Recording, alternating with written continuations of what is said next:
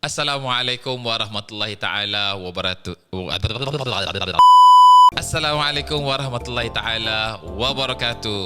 Okey, untuk episod kali ini kita akan belajar macam mana nak ruqyahkan diri sendiri ataupun ruqyahkan orang lain. Dia benda-benda macam ini simple step yang diajarkan oleh ulama-ulama yang menulis kitab-kitab ruqyah. Cara yang pertama sangat mudah sekali. Ambil tangan kanan, letakkan di bahagian dada, tangan kiri di bahagian perut sambil bacakan apa? Mudah saja, nak baca Fatihah sahaja pun boleh.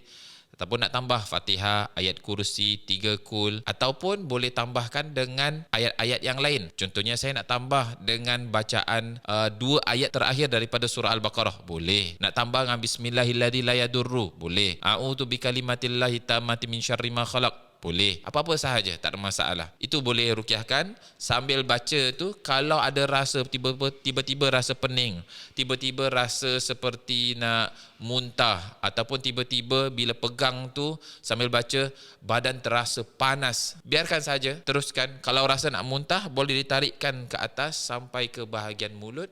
Kalau boleh muntah, muntahkan. Tapi jangan paksakan untuk muntah. Sebab kadang-kadang gangguan ni dia boleh keluar daripada muntahan, ataupun dia boleh keluar daripada bawah, ataupun dia boleh keluar daripada bahagian pori-pori ataupun pos.